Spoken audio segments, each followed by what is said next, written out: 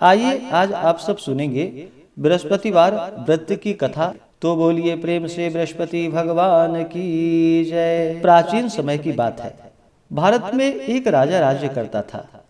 वह राजा बड़ा ही प्रतापी तथा दानी था। वह नित्य प्रति मंदिर में भगवत दर्शन करने जाता था।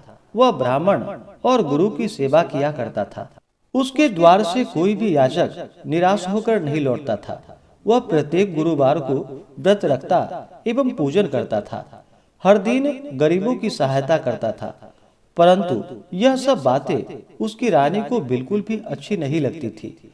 वह न तो व्रत करती थी और न ही किसी को एक पैसा दान में देती थी। वह राजा से भी ऐसा करने को मना किया करती थी।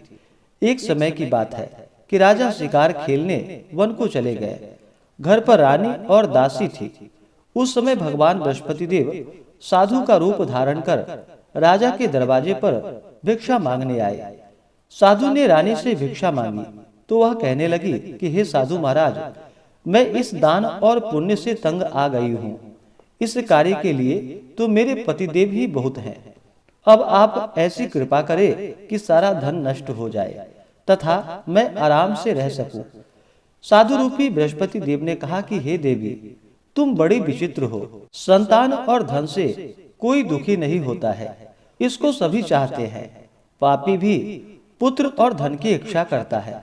अगर तुम्हारे पास धन अधिक है तो भूखे मनुष्यों को भोजन कराओ, प्याऊ लगवाओ, ब्राह्मणों को दान दो, धर्मशालाएं बनवाओ, कुआं, तालाब, बावड़ी, बाग बगीचे आदि का निर्माण कराओ तथा निर्धनों की कुमारी कन्याओं का विवाह करवाओ, साथ ही यज्ञादि करो। इस प्रकार के कर्मों से आपके कुल का और आपका नाम परलोक में भी सार्थक होगा एवं तुम्हें भी स्वर्ग की प्राप्ति होगी। परंतु रानी साधु की इन बातों से खुश ना हुई। उसने कहा कि हे साधु महाराज, मुझे ऐसे धन की आवश्यकता नहीं जिसको मैं अन्य लोगों को दान देती फिरूं तथा जिसको रखने और संभालने में ही मेरा सारा समय नष्ट हो जाए। साधु ने कहा कि हे देवी, यदि तुम्हारी ऐसी ही इच्छा है तो जैसे मैं तुम्हें बताता हूँ तुम वैसा ही करना। बृहस्पतिवार के दिन घर आंगन को गोबर से लीपना, अपने केशों को पीली मिट्टी से धोना, केशों को धोते समय स्नान करना, राजा से कहना वह हजामत करवाए, भोजन में मांस मदिरा खाना, कपड़े धोबी के यहाँ धुलने देना। इस प्रकार 7 बृहस्पतिवार करने से तुम्हारा सारा धन नष्ट हो जाएगा। यह कहकर साधु महाराज रूपी बृहस्पति देव वहां से अंतर ध्यान हो गए। रानी ने साधु के ऐसे कहने के अनुसार 7 बृहस्पतिवार तक वैसा ही किया और फिर केवल 3 ही बृहस्पतिवार बीते थे कि उसकी समस्त धन और संपत्ति नष्ट हो गई। भोजन के लिए दोनों समय परिवार तरसने लगा तथा सांसारिक भोगों से दुखी रहने लगा। तब राजा रानी से कहने लगा कि हे रानी, तुम यहाँ पर रहो, मैं दूसरे देश को जाता हूँ, क्योंकि यहाँ पर मुझे सभी मनुष्य जानते हैं, इसलिए मैं यहाँ पर कोई काम नहीं कर सकता। अब मैं परदेश जा रहा हूँ, वहाँ कोई काम धंधा करूँगा, शायद हमारे भाग्य बदल जाए। ऐसा कहकर राजा परदेश को चला गया। वह वहाँ जंगलों से लकड़ियां काट कर लाता और शहर में बेचता था। इस तरह जीवन व्यतीत करने लगा। उधर राजा के बिना रानी और दासियां दुखी रहने लगी। किसी दिन भोजन मिलता और किसी दिन जल पीकर ही रह जाती थी। एक समय रानी और दासियों को 7 दिन बिना भोजन के व्यतीत करना पड़ा। तो रानी ने अपनी दासी से कहा कि हे दासी, यहाँ पास ही के नगर में मेरी बहन रहती है, वह बड़ी धनवान है। तू उसके पास जा और वहां से 5 सेर बेझर मांग कर ले आ, जिससे कुछ समय के लिए गुजारा हो जाएगा। दासी रानी की बहन के पास गई। रानी की बहन उस समय पूजा कर रही थी। बृहस्पतिवार का दिन था। दासी ने रानी की बहन से कहा कि हे रानी, मुझे आपकी बहन ने भेजा है, मुझे 5 सेर बेझर दे दो। दासी ने यह बात अनेकों बार कही, परंतु रानी की बहन ने कोई उत्तर नहीं दिया, क्योंकि वह उस समय बृहस्पतिवार की कथा सुन रही थी। जब दासी को रानी की बहन से कोई उत्तर ना मिला तो वह बहुत दुखी हुई, उसे क्रोध भी आया।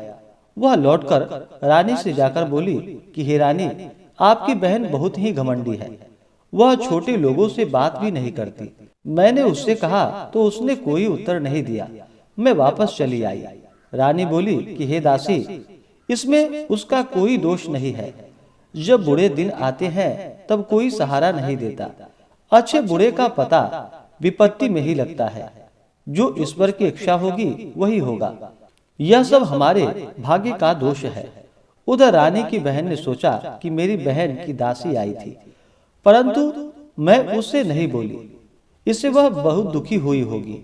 अतः कथा सुनकर और विष्णु भगवान का पूजन समाप्त कर वह अपनी बहन के घर आई और कहने लगी कि हे बहन, मैं बृहस्पतिवार का व्रत कर रही थी, तुम्हारी दासी हमारे घर गई थी, परंतु जब तक कथा होती है तब तक हम लोग ना ही उठते हैं और ना ही बोलते हैं, इसलिए मैं नहीं बोली।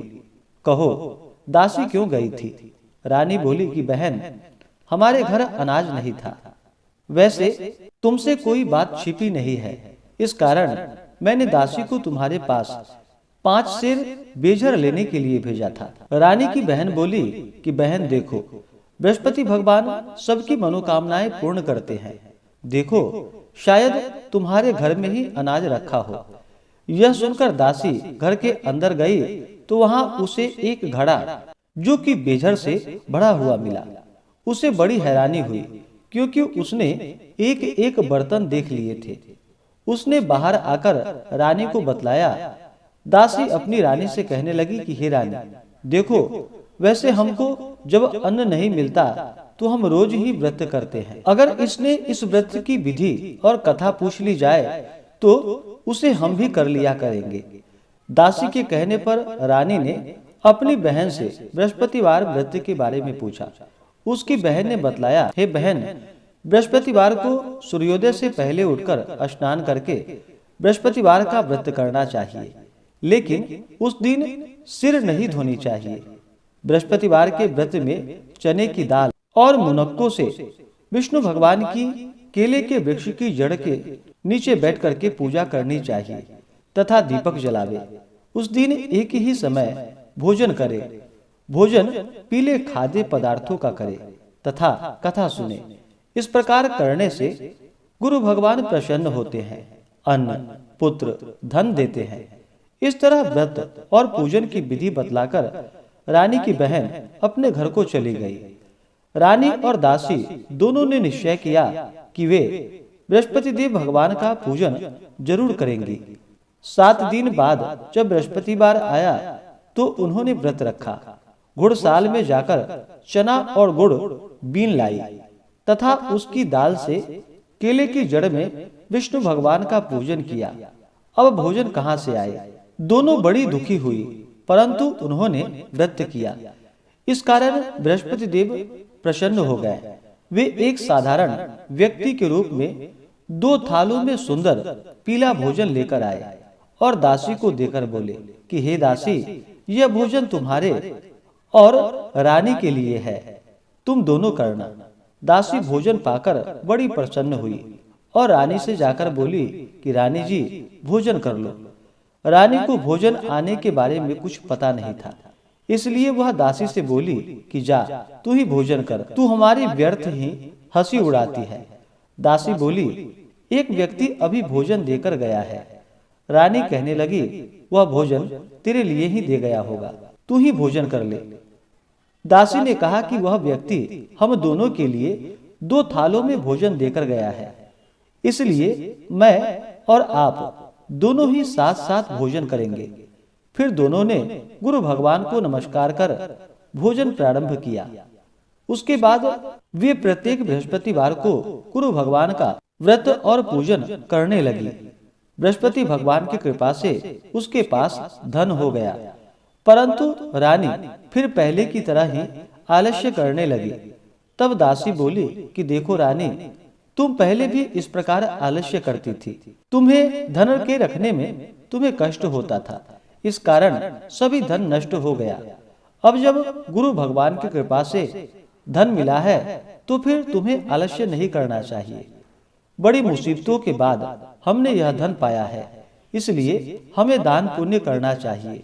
भूखे मनुष्यों को भोजन कराओ, प्याऊ लगवाओ, ब्राह्मणों को दान दो, कुआं, तालाब, बावड़ी आदि का निर्माण करवाओ, मंदिर पाठशाला बनवाकर दान दो, कुंवारी कन्याओं का विवाह करवाओ, धन को शुभ कार्यों में खर्च करो, जिससे तुम्हारा कुल का यश बढ़े तथा स्वर्ग प्राप्त हो और पितृ प्रसन्न हो। दासी की बात मानकर रानी ने इसी प्रकार के कर्म करने प्रारंभ कर दिए, जिससे उनका काफी यश फैलने लगा। एक दिन रानी और दासी आपस में विचार करने लगी कि न जाने राजा किस दशा में होंगे। उनकी कोई खोज खबर नहीं है। गुरु भगवान से उन्होंने प्रार्थना की और भगवान ने रात्रि में राजा को स्वप्न में कहा कि हे राजा, उठो, तेरी रानी तुझको याद करती है, अब अपने देश को लौट जा। फिर क्या था, राजा प्रातः काल उठकर जंगल से लकड़ियां काटकर लाने के लिए जंगल की ओर चल पड़ा। जंगल से गुजरते हुए वह सोचने लगा, रानी की गलती से कितने दुख भोगने पड़े। राजपाट छोड़कर उसे जंगल में आकर रहना पड़ा। जंगल से लकड़ियां काटकर उन्हें बेचकर गुजारा करना पड़ा। उसी समय उस जंगल में बृहस्पति देव एक साधु का रूप धारण कर वहां पर आए और राजा के पास आकर बोले कि हे लकड़हारे, तुम इस सुनसान जंगल में किस चिंता में बैठे हो, मुझे बतलाओ। यह सुनकर राजा के नेत्रों में जल भर आया और साधु की वंदना कर बोला कि हे प्रभु, आप सब कुछ जानने वाले हैं। इतना कहकर राजा ने साधु को अपनी संपूर्ण कहानी सुना दी। महात्मा तो स्वभाव से ही दयालु होते हैं। वे राजा से बोले कि हे राजा, तुम्हारी पत्नी ने बृहस्पति देव के प्रति अपराध किया था, जिसके कारण तुम्हारी यह दशा हुई। अब तुम किसी प्रकार की चिंता मत करो, भगवान तुम्हें पहले से भी अधिक धन देंगे। देखो, तुम्हारी पत्नी ने बृहस्पतिवार का व्रत करना प्रारंभ कर दिया है। अब तुम भी बृहस्पतिवार का व्रत करके चने के दाल व गुड़ और जल को लोटे में डालकर केले के पत्ते से भगवान विष्णु का पूजन करो। फिर कथा कहो या सुनो, भगवान तुम्हारी सभी कामनाओं को पूर्ण करेंगे। साधु को प्रसन्न देखकर राजा बोला कि हे प्रभु, मुझे लकड़ी बेचकर इतना पैसा नहीं बचता जिससे भोजन करने के उपरांत कुछ बचा सकूं। मैंने रात्रि में अपनी रानी को व्याकुल देखा है। मेरे पास कोई साधन नहीं है जिससे समाचार जान सकूं। फिर मैं बृहस्पतिवार की कौन सी कहानी कहूं या सुनूं? मुझको तो कुछ भी मालूम नहीं है। साधु ने कहा कि हे राजा, तुम किसी बात की चिंता मत करो। बृहस्पतिवार के दिन तुम रोजाना की तरह लकड़ियां लेकर शहर में जाओ। तुम्हें रोज से 2 गुना धन प्राप्त होगा, जिससे तुम भली भांति भोजन कर लोगे तथा बृहस्पति देव की पूजा का सामान भी आ जाएगा। अब सुनते हैं बृहस्पतिवार व्रत की कथा। प्राचीन काल में एक बहुत ही निर्धन ब्राह्मण था। उसकी कोई संतान ना थी। वह नित्य पूजा पाठ करता, परंतु उसकी स्त्री बहुत मलिनता के साथ रहती थी। वह ना ही स्नान करती थी और न किसी देवता का पूजन करती थी। प्रातः काल उठते ही सर्वप्रथम भोजन करती, बाद में कोई अन्य कार्य करती। ब्राह्मण देवता बहुत दुखी रहते थे। पत्नी को बहुत समझाते, किंतु उसका कोई परिणाम ना निकलता। भगवान की अनुकंपा से एक समय उस ब्राह्मण की पत्नी गर्भवती हुई और 10वें महीने में एक सुंदर कन्या को जन्म दिया। निर्धन ब्राह्मण कन्या के जन्म से बहुत दुखी हुआ। धीरे धीरे ब्राह्मण की कन्या बड़ी होने लगी। बचपन से ही उस कन्या की रुचि भगवान विष्णु की पूजा में थी। वह प्रातः उठते ही स्नान आदि करके भगवान विष्णु का पूजन करने मंदिर में जाती थी। बृहस्पतिवार को व्रत करके विधिवत पूजा पाठ करती थी। पूजा पाठ के बाद वह पढ़ने के लिए पाठशाला में चली जाती थी। घर से चलते हुए वह मुट्ठी भर जौ साथ लेकर जाती थी और पाठशाला के रास्ते में थोड़े थोड़े जौ गिराती हुई जाती थी। जब वह पाठशाला से घर लौटती तो जौ के वह दाने, जो कि सोने में बदले हुए उसको मिलते। लड़की सभी सोने के दाने बीन लाती थी। एक दिन जब वह सोने के दानों को साफ कर रही थी तो उसकी माँ ने कहा, बेटी, सोने के दाने साफ करने के लिए सोने का सूप भी तो होना चाहिए। अगले दिन बृहस्पतिवार था। उसने भगवान बृहस्पति देव की पूजा करते हुए उनसे प्रार्थना की कि हे भगवान, यदि मैंने आपका व्रत विधिवत किया हो तो मुझे सोने का सूप दे दो। भगवान बृहस्पति देव ने उसकी मनोकामना पूरी करने का वचन दिया। पाठशाला से लौटते समय उसे रास्ते में सोने का सूप पड़ा हुआ मिला। घर लौटकर सोने का सूप अपनी माँ को दिखाकर वह सोने के दाने साफ करने लगी। उसी समय नगर का राजकुमार उसके घर के पास से गुजरा। उस सुंदर लड़की को सोने के सूप में जौ साफ करते हुए देखकर राजकुमार उस पर मोहित हो गया। महल में लौटकर राजकुमार ने राजा से उस लड़की से विवाह करने की इच्छा प्रकट की। तो राजा ने ब्राह्मण को महल में बुलाकर राजकुमार से लड़की की विवाह की बात कही। ब्राह्मण तैयार हो गया और फिर धूमधाम से उस लड़की का विवाह राजकुमार से हो गया। दुल्हन बनकर ब्राह्मण की लड़की महल में चली गई। लड़की के चले जाने से ब्राह्मण फिर निर्धन हो गया। उसे कई कई दिन भोजन भी नहीं मिलता था। बहुत दुखी होकर ब्राह्मण एक दिन अपनी लड़की के पास गया। अपने पिता से निर्धनता का समाचार सुनकर उसे बहुत सा धन देकर पिता को विदा किया। उस धन से ब्राह्मण के कुछ दिन तो आराम से गुजर गए, लेकिन जल्दी ही फिर भूखे मरने की हालत हो गई। ब्राह्मण अपनी लड़की से धन लेने के लिए फिर महल में पहुंचा। लड़की ने पिता की बुरी हालात देखकर कहा, पिताजी, आखिर आप कब तक मुझसे धन लेकर जीवन यापन करेंगे? आप कोई एक उपाय क्यों नहीं करते जिससे आपका घर धन संपत्ति से भर जाए?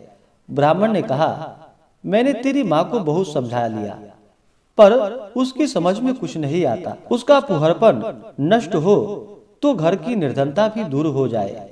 तब कुछ सोचकर लड़की ने पिता से कहा कि पिताजी, आप कुछ दिनों के लिए माँ को मेरे पास छोड़ जाओ। तब कुछ सोच समझकर ब्राह्मण पत्नी को लड़की के पास महल में छोड़ आया। लड़की ने अपनी माँ से कहा कि माँ, तुम कल प्रातः उठकर स्नान आदि करके भगवान बृहस्पति देव, भगवान विष्णु की पूजा अवश्य करना। पूजा करने से तुम्हारी निर्धनता अवश्य दूर हो जाएगी। लेकिन उसकी माँ ने उसकी कोई बात ना मानी। तब क्रोधित होकर लड़की ने अपनी माँ को एक कक्ष में बंद कर दिया।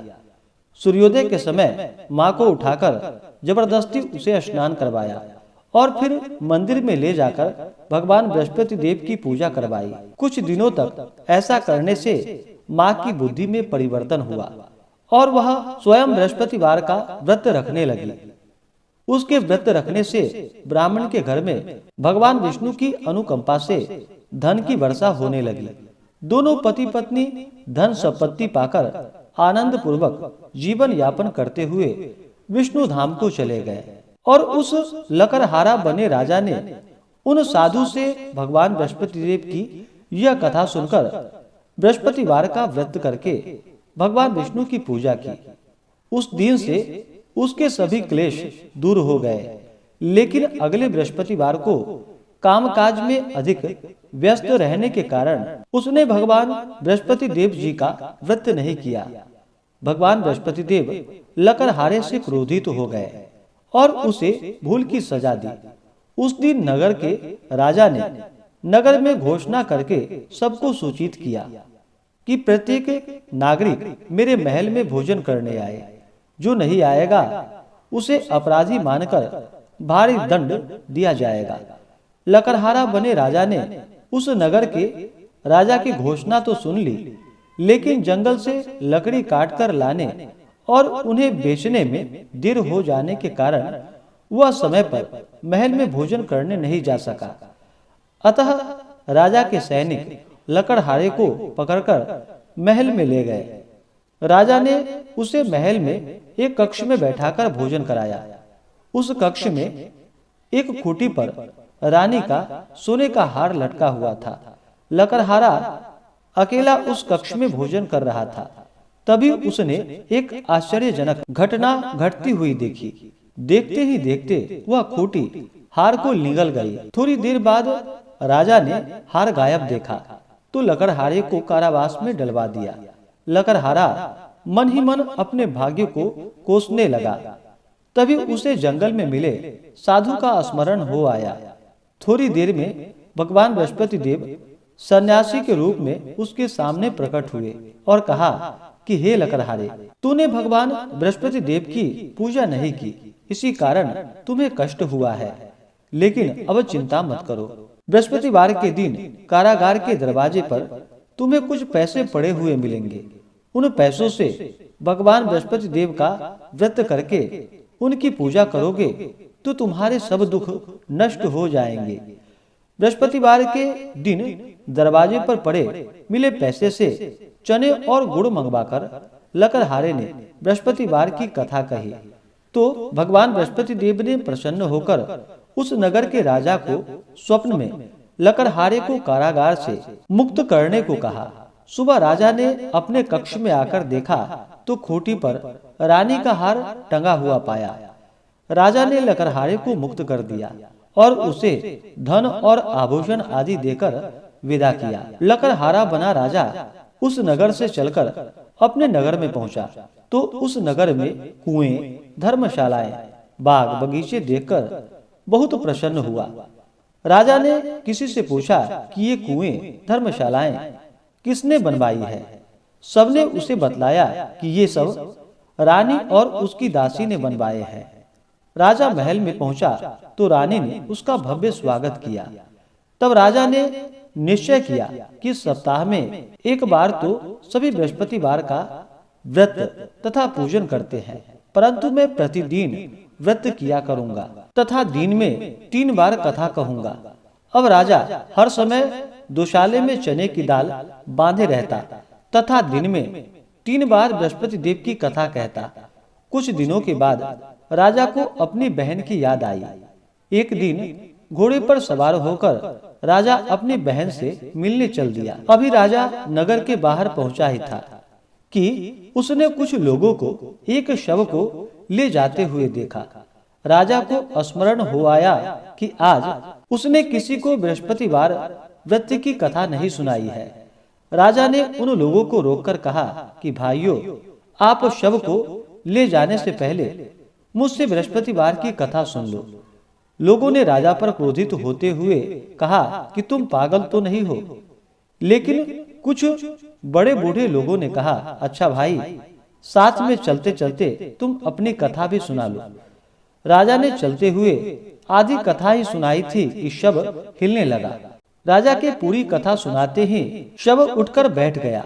लोगों ने हैरानी से दांतों तले उंगलियां दबा ली और अगले बृहस्पतिवार से भगवान बृहस्पति देव का व्रत करने व कथा सुनने का निश्चय कर लिया। अब घोड़े पर सवार राजा चलते हुए एक किसान के पास पहुंचा। किसान अपने खेत में हल चला रहा था। राजा ने कहा कि अरे भाई, मुझसे बृहस्पतिवार की कथा सुन लो। किसान झुंझलाकर बोला, अरे भाई, तुम देख नहीं रहे, जितनी देर तक तुम्हारी कथा सुनूंगा उतनी देर में तो पूरे खेत में हल चला लूंगा। राजा निराश होकर चलने लगा। तभी किसान के बैल लड़खड़ाकर जमीन पर जा गिरे। किसान के पेट में भी जोरों का दर्द होने लगा। उस किसान की पत्नी जब खाना लेकर आई तो उसने किसान से इस बारे में पूछा। किसान ने घुड़सवार की पूरी कहानी सुनाई।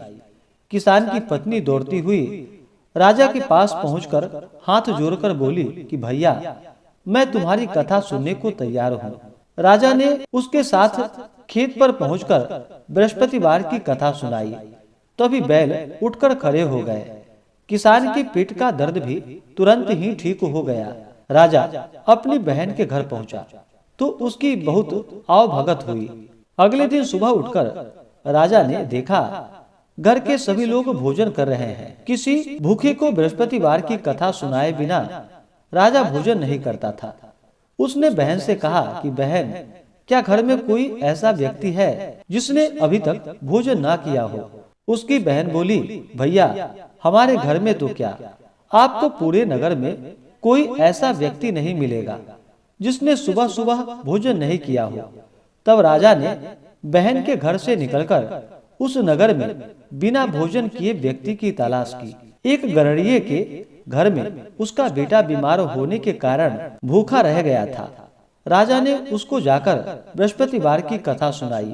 कथा सुनते सुनते गरड़िए का बीमार बेटा बिल्कुल ठीक हो गया। सबने राजा की बहुत प्रशंसा की। एक दिन राजा ने अपनी बहन से कहा, बहन अब हम अपने घर जाना चाहते हैं, तुम भी हमारे साथ चलो, कुछ दिन वहां रहकर लौट आना।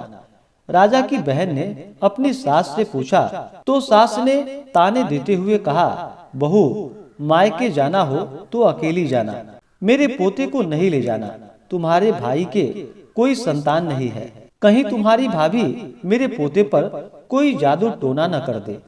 दूसरे कक्ष में बहन की सास की बातें सुनकर राजा दुखी मन से अकेले ही अपने घर को लौट गया। रानी ने राजा से कहा, आप तो अपनी बहन को साथ लाने की बात कहकर गए थे, फिर बहन को साथ क्यों नहीं लाए?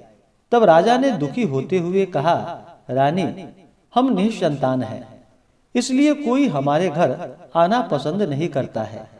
रानी ने राजा को समझाया कि हे प्राणनाथ, हमें बृहस्पति देव ने सब कुछ दिया है, अब भगवान बृहस्पति देव हमें संतान भी अवश्य देंगे।